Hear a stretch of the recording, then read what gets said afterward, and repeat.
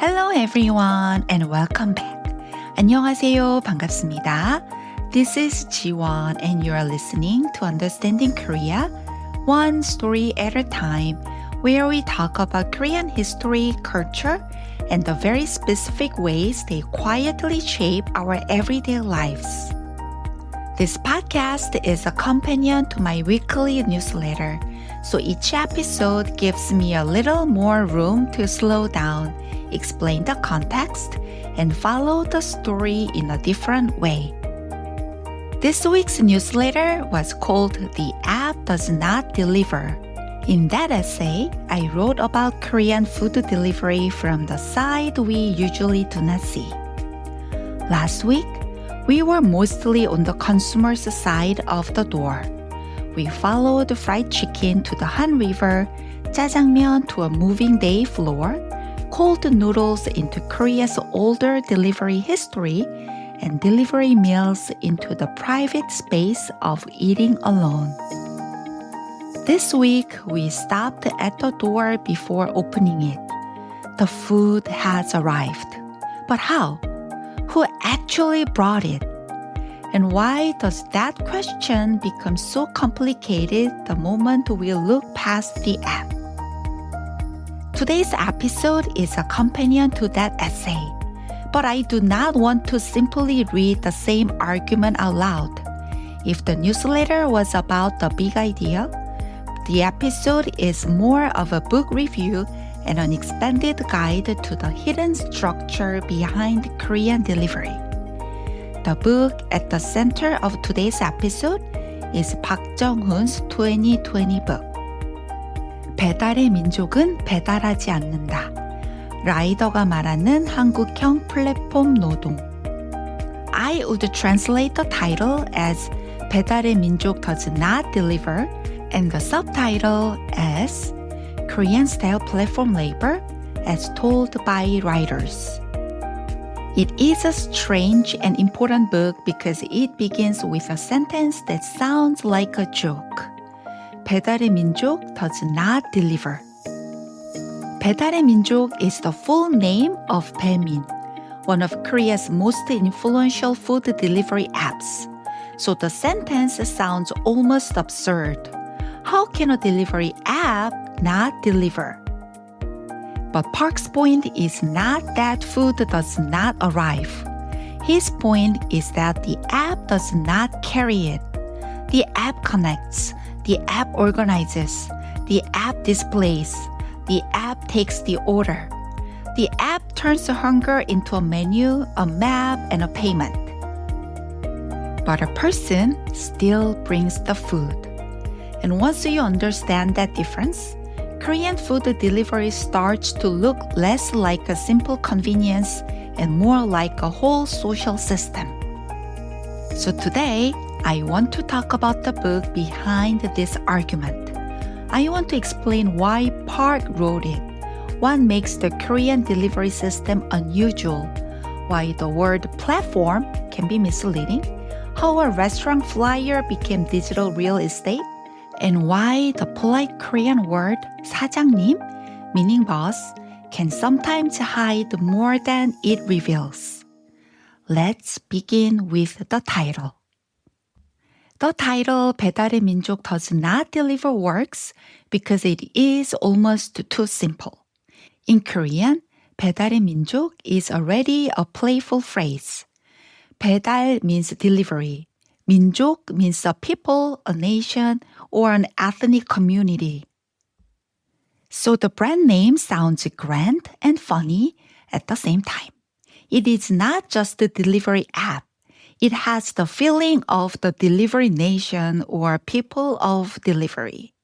This is part of why Baemin became such a memorable brand in Korea. It understood humor. It understood design. It understood that ordering food is not only a transaction. It is a mood.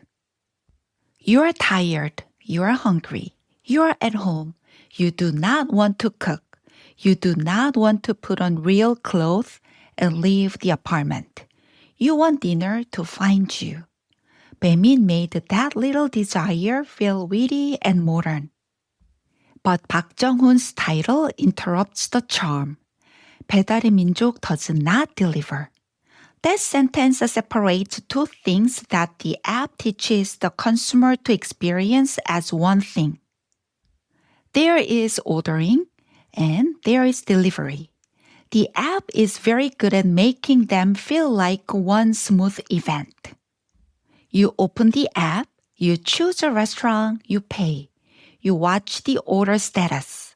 Maybe you watch your little map. Then the food arrives. To the customer, it feels like one system. But behind that screen, the work is divided. The app may take the order. The restaurant cooks the food. A delivery agency may assign the rider. A rider may own or rent the motorcycle. Another software system may connect the restaurant to the local agency. The customer may blame the restaurant if the food is late. The restaurant may blame the rider. The rider may say the food was not ready. The platform may say it was only connecting the parties. This is why the title matters. It is not only a criticism of one company. It is a way of seeing.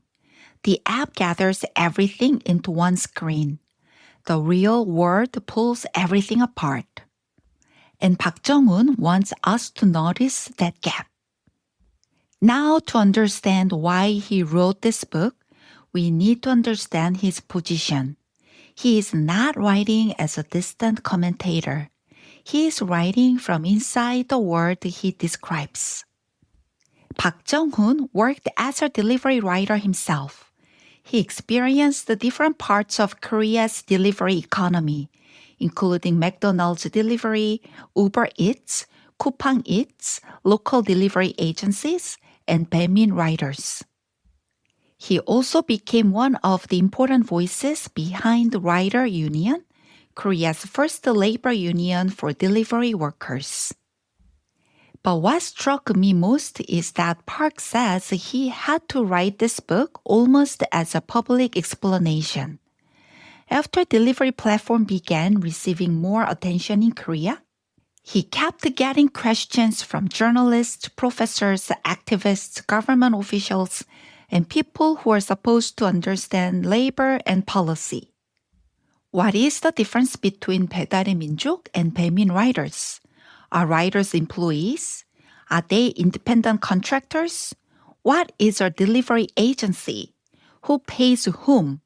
What exactly does the app do? And Park Jung-hoon realized that almost no one really understood the structure. This is fascinating because delivery was everywhere. Motorcycles were everywhere. Apps were everywhere. Everyone saw the bags, the uniforms, the restaurant stickers, the delivery alert, the riders waiting outside restaurants, the motorcycles lined up near busy kitchens. But seeing the delivery world is not the same as understanding it. A society can use a system every day and still misunderstand how that system works. That is one of the reasons I found this book so useful. It does not only argue, it explains. In that sense, 배달의민족 does not deliver is almost a manual for seeing Korean delivery correctly. It is not primarily a memoir, although it includes experience. It is not only an activist text, although it is clearly written from a labor perspective. It is a map of an industry that had become ordinary before it became legible. And one of the first things Park Jung-hoon asks us to look at carefully is the word platform. The word platform sounds smooth and futuristic. Park Jung-hoon asks us to translate it into something much more ordinary, a station. In English, we use the word platform constantly now. Social media platform, streaming platform, shopping platform, delivery platform, work platform. The word sounds neutral, maybe even elegant. It suggests a space where many things can happen. It sounds open, flexible, and innovative. In Korea, the word platform also became attached to a whole set of exciting modern words. Innovation, startups, the fourth industrial revolution, the sharing economy, and new forms of work. But Park Jong-hoon slows the word down. He reminds us that a platform is also a station, a place where people wait. That changes the feeling immediately. Imagine a train station. People come in, they wait. When the train arrives, some people get on, others keep waiting. The station does not necessarily employ the people standing there. It gathers them. It organizes their movement. It becomes a necessary passage point. Now, replace the train with a job. A worker logs into an app. A delivery call appears. A task arrives. If the worker gets the task, he works. If not, he waits. After finishing the task, he returns to waiting. Park describes the rhythm of platform labor as something like this. Log in, wait, get your job, perform the job, then wait again or log out. That sounds simple, but it is a very powerful description. Because platform work often advertises itself through freedom. Work when you want, log in when you want, be your own boss, earn as much as you choose. And to be fair, there are workers who value that flexibility. We should not pretend that every worker wants the same arrangement. Some people do use platform work as a side job. Some people like being outside an office. Some people prefer not having a traditional boss. But Park Jong-hoon asks us to look at the other side of that freedom. What happens to waiting? If you are logged in and watching the phone because a job may appear at any moment, is that free time? If the platform needs many people nearby so customers can receive food quickly, but only pays the person who catches the job, who pays for everyone else's readiness? The waiting does not disappear. It moves from the company to the worker. That is one of the quiet tricks of platform labor. It can turn availability into the worker's problem. For the customer, this feels like convenience. For the platform, it looks like efficiency. For the worker, it can become unpaid time. This is why Park's station metaphor is so useful. It helps us understand that a platform is not only a technology. It is an arrangement of waiting, movement, data, payment, and power. And once we see that, the Korean case begins to look especially complicated. To understand why Baemin became so powerful, we have to remember what was already there before the app. Delivery apps changed the system, but they did not create the habit. This is one of the easiest things to miss from outside Korea. Delivery apps changed the system, but they did not create the habit. Long before smartphones, Korean homes had paper menus, phone orders, neighborhood restaurants that knew the apartment complexes nearby, and motorcycles moving through alleys. So when Baemin and similar apps became powerful, they were not entering an empty field. They were entering a country where delivery already made sense. Korea had dense cities, apartment complexes, small restaurants, long working hours, and consumers who were already used to certain foods traveling to them. The app did not invent Korean delivery culture. It reorganized it, and this is one of Park Jong-hoon's key points. The platform made ordering easier, faster, and more scalable. but it also made the structure harder to understand. Before the app, responsibility was often more visible. If you called a Chinese Korean restaurant, the food came from that restaurant. The delivery worker was usually connected to that restaurant. The bowl went back to that restaurant. It was not necessarily fair or safe work, but the relationship was easier to see.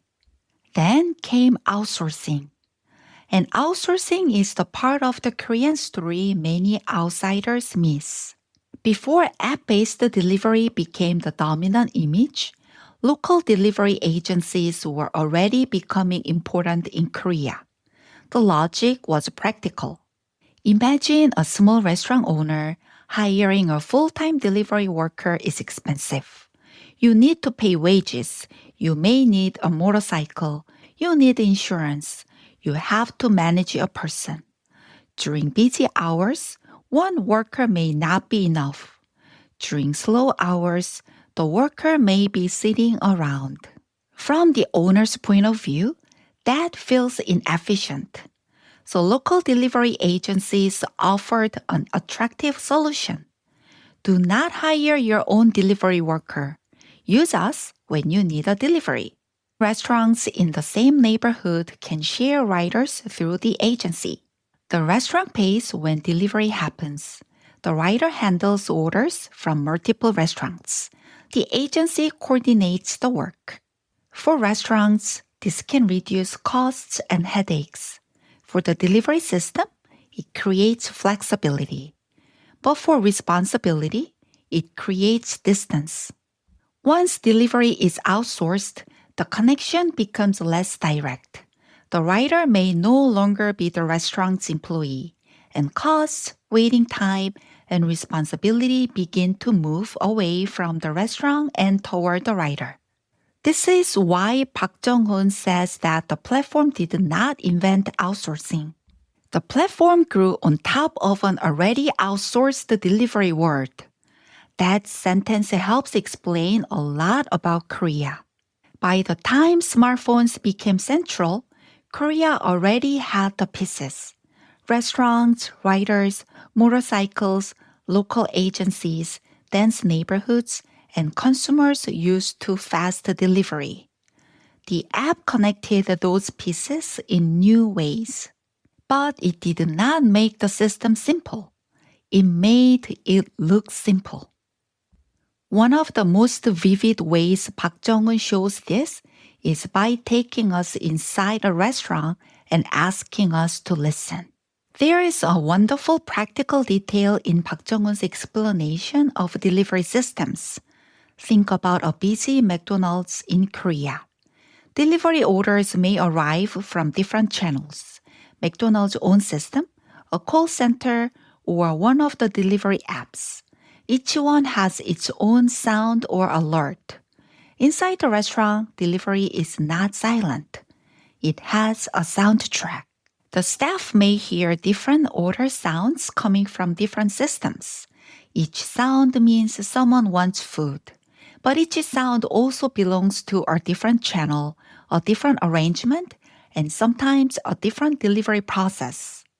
And once the order comes in, the restaurant still has to decide how the food will move. Does its own worker deliver it? Does the owner deliver it? Does a local delivery agent take it? Or does a platform-linked rider come? From the customer's point of view, the app makes the process feel clean. From the restaurant's point of view, the process is a messy coordination problem. This is one of the things I want listeners outside Korea to understand. Korean food delivery is not only about speed. It is also about coordination.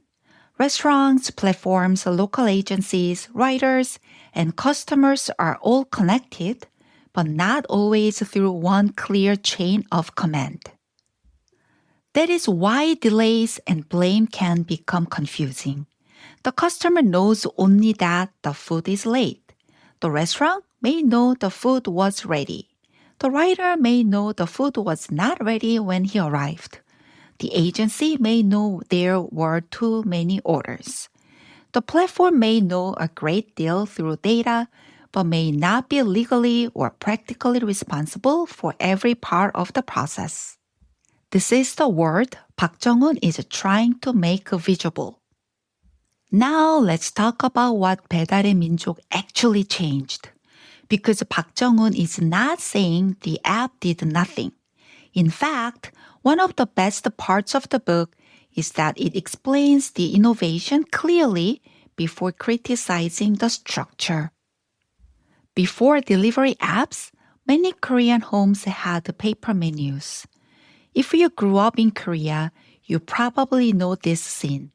A menu stuck to the refrigerator, a pile of flyers near the phone, a Chinese restaurant menu tucked somewhere in a drawer.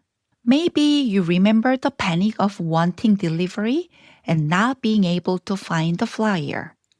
The old system was inconvenient for customers. Where is the menu? Is this restaurant still open? Is the phone number current? It was also inefficient for restaurants. Printing and distributing flyers costs money. Many flyers go to people who are not hungry, not interested, or not even residents of the neighborhood. Baemin solved a real problem by putting the flyer into the phone. This is important. The app was not useless. It made life easier. It helped consumers compare restaurants, read reviews, see menus, and order without searching through paper. It helped restaurants reach people who were already hungry and already looking for a specific kind of food. But once the flyer moved into the phone, something else happened. Visibility became a new kind of rent. In the physical world, restaurants compete for location. A shop on a busy street pays more because more people can see it. In the digital world, restaurants compete for placement inside the app. Who appears first when a customer searches for chicken? Who appears when someone nearby looks for tteokbokki? Who gets seen at the right time in the right neighborhood by the right hungry person? The app becomes digital real estate. This is one of Park Jung-un's sharpest insights. The platform is not just a neutral list of restaurants. It is the place where restaurants must become visible. And because the platform controls visibility, it gains power.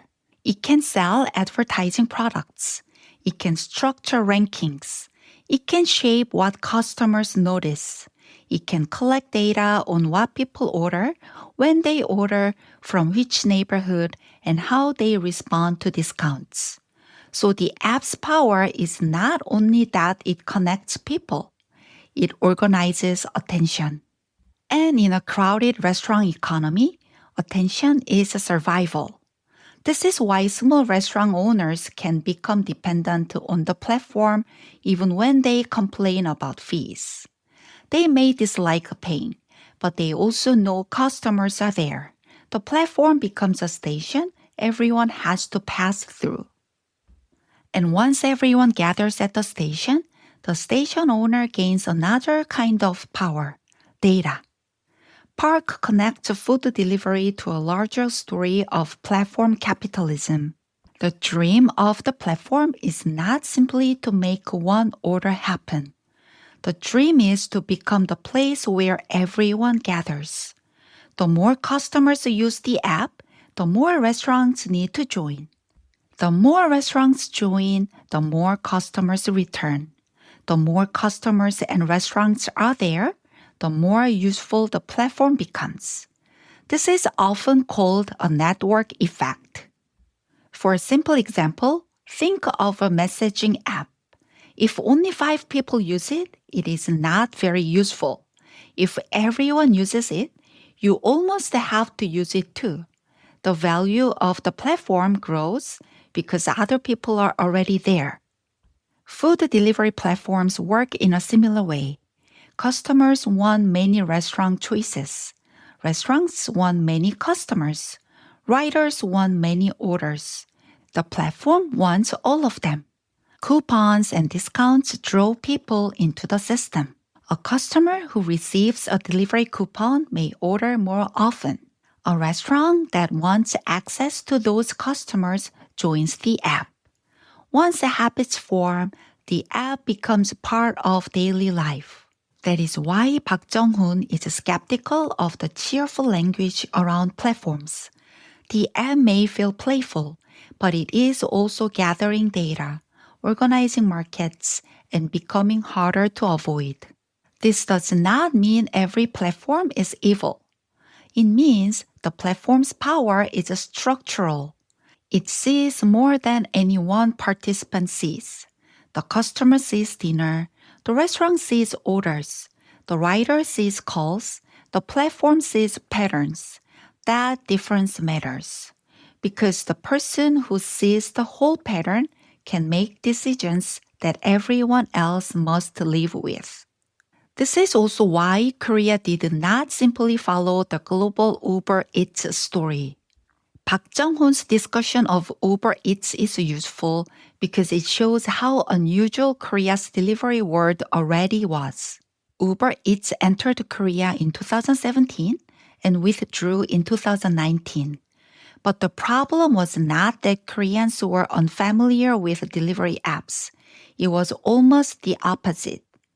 Korea already had fast delivery habits, dense apartment neighborhoods, local delivery agencies, and restaurants used to sending food out by phone and app.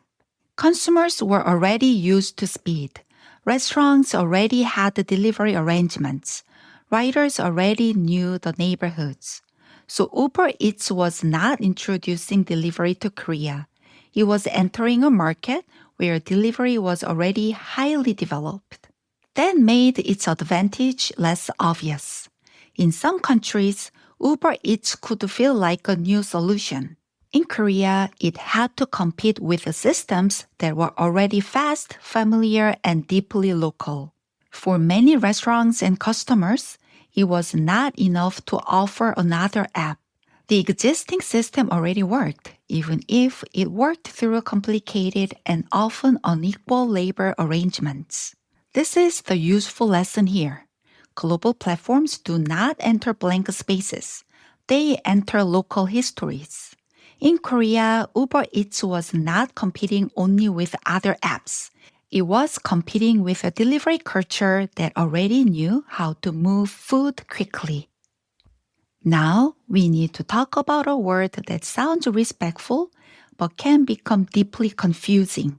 sajangnim. sajangnim is usually translated as boss, owner, or sometimes even president of a company.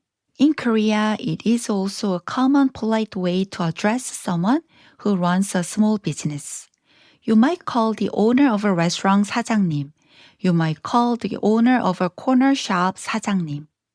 But in the delivery world Park Jung-hoon describes, riders are also often called sajangnim. At first, that can sound respectful, even empowering. The rider is not being called a low-level worker.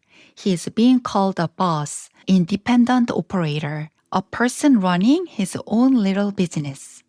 But Park Jung-hoon asks us to listen more carefully because this word does not simply show respect.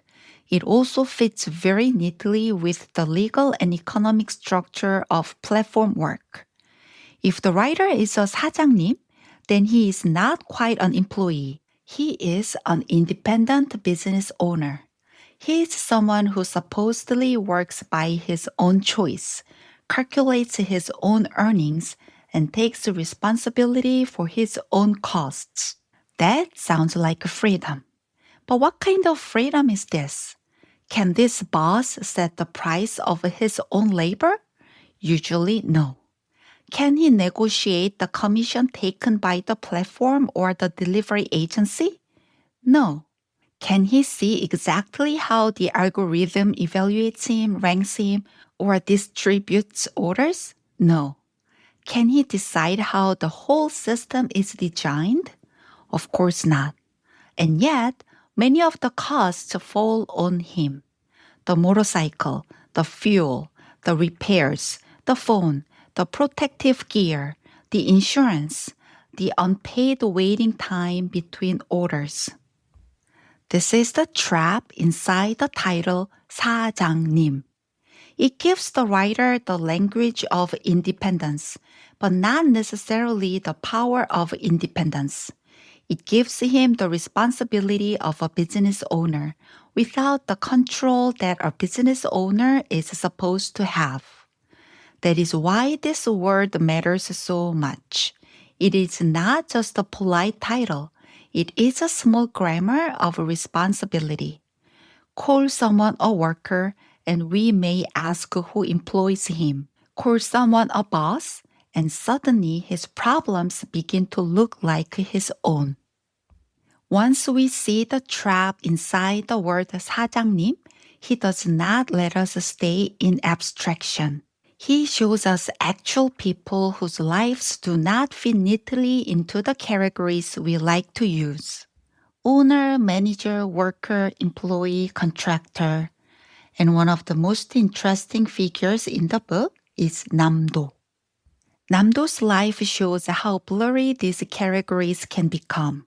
He is not simply a poor worker exploited by a rich boss. He is not simply a small business owner chasing profit. He has been both, and sometimes he has been somewhere in between.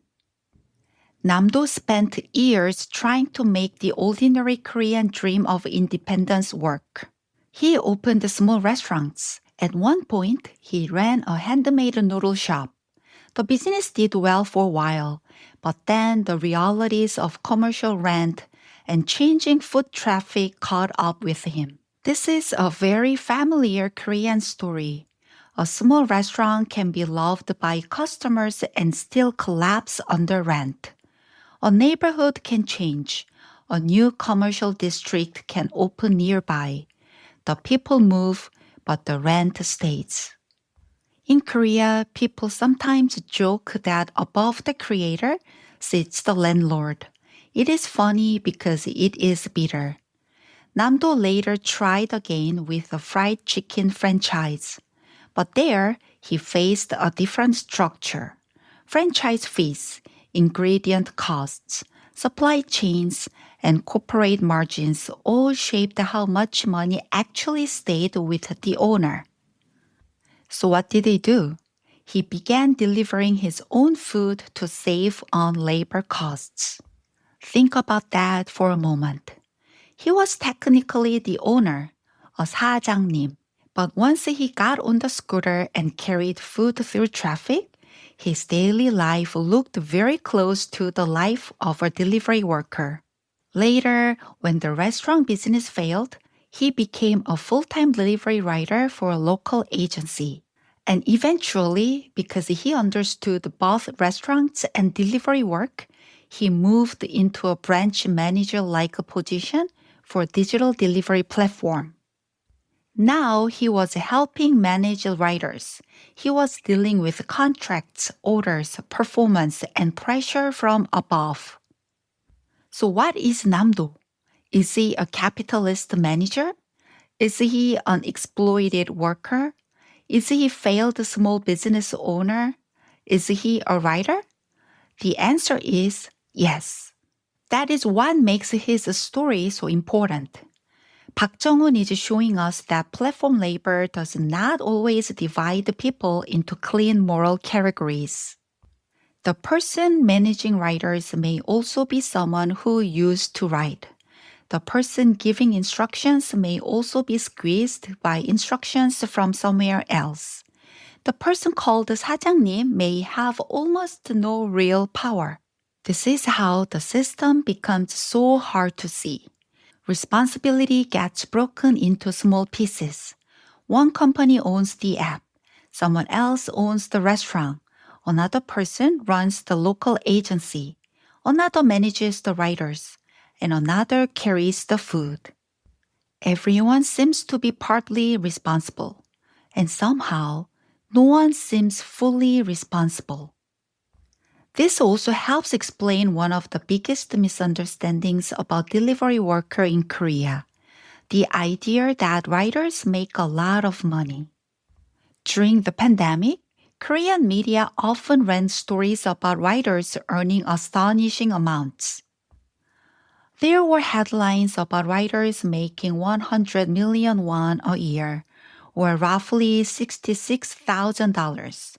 To many readers, this sounded like proof that delivery work was not exploitation at all. Maybe the writers were doing fine. Maybe they were even better off than office workers.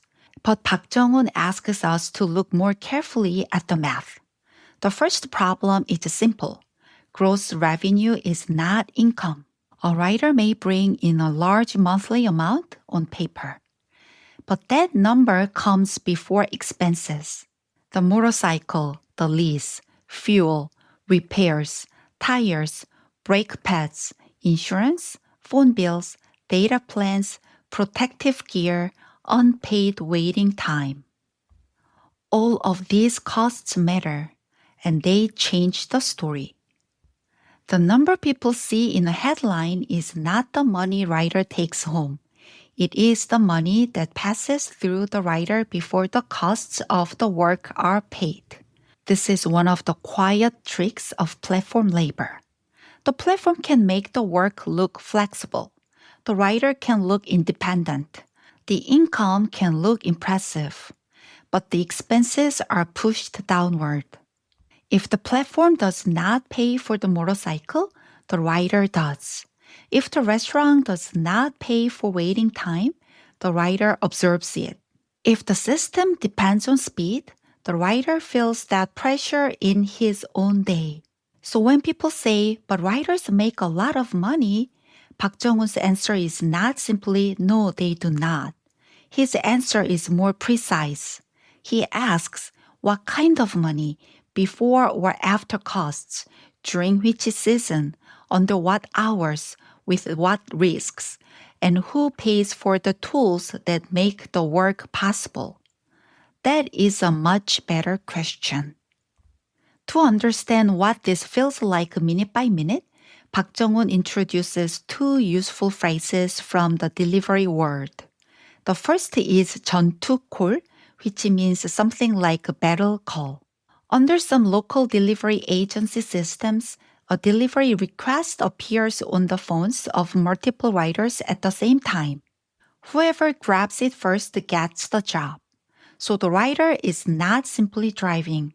He's watching the road, watching the map, watching the phone, calculating distance, and trying to tap before someone else does.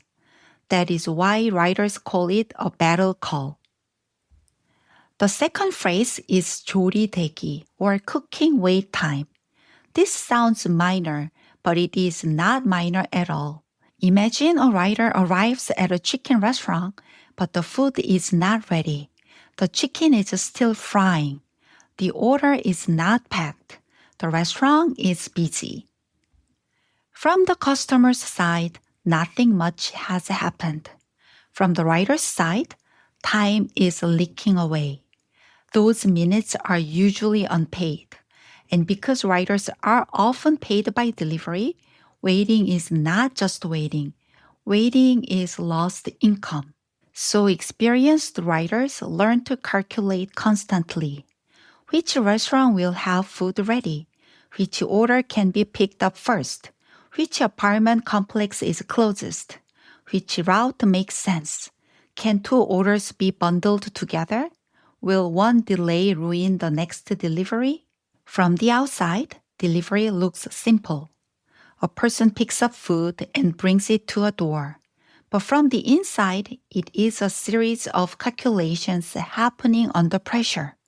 Order, wait, pick up, deliver, wait, tap, calculate, move again. The M makes all of this look smooth. Park Jung-un shows us the friction. This is why the language matters so much. If writers are sajangnim, then their problems look personal. They chose the work. They manage themselves. They are responsible for their own costs. But if writers are 노동자, laborers, then the question changes. We begin to ask about working conditions.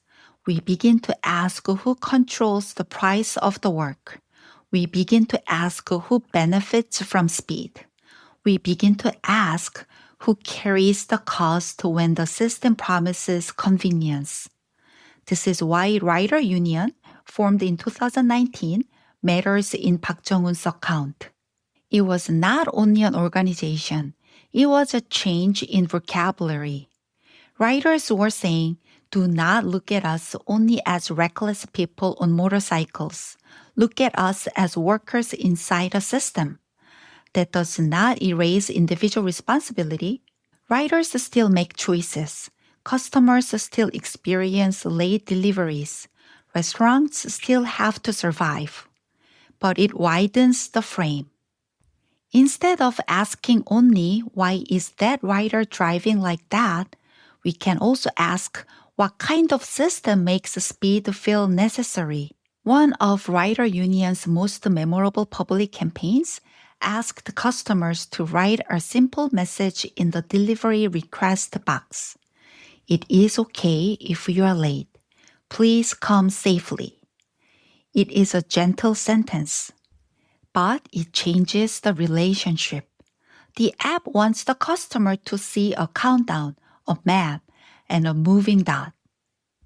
That sentence reminds us that the dot is a person. For today, that is where I want to pause, because this week's question is, who actually delivers? And Park Jong-un's answer is clear. Not the app, a person does.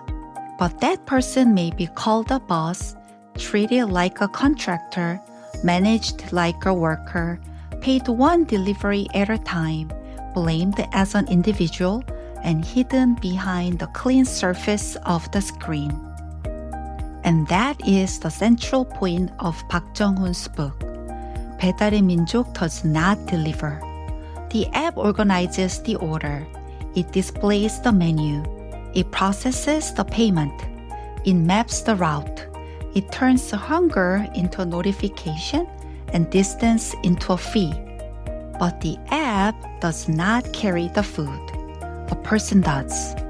And once we see that person, the story of Korean food delivery changes. It is no longer only a story about convenience, design, branding, or technology. It becomes a story about labor, language, small businesses, local streets, apartment geography, and the people who move through all of it. This week, we asked a basic question: who actually delivers? Next week, we stay with Park Jong-un and turn to another book of his. 플랫폼은 안전을 배달하지 않는다. Platforms do not deliver safety. Because once we know who brings the food, the next question becomes harder to avoid. What happens to that person on the road? What happens when convenience is organized around speed?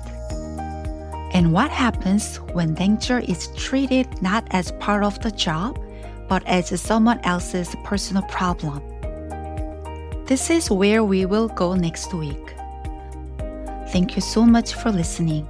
I hope this helped you understand the invisible labor behind Korea's modern delivery culture. If you'd like to look more closely at the Korean words and phrases I used in today's episode, check the episode notes. I've included the Korean, Romanization, and English meaning there. Take care and see you next week. 오늘도 들어주셔서 감사합니다. 다음 주에 만나요. Bye!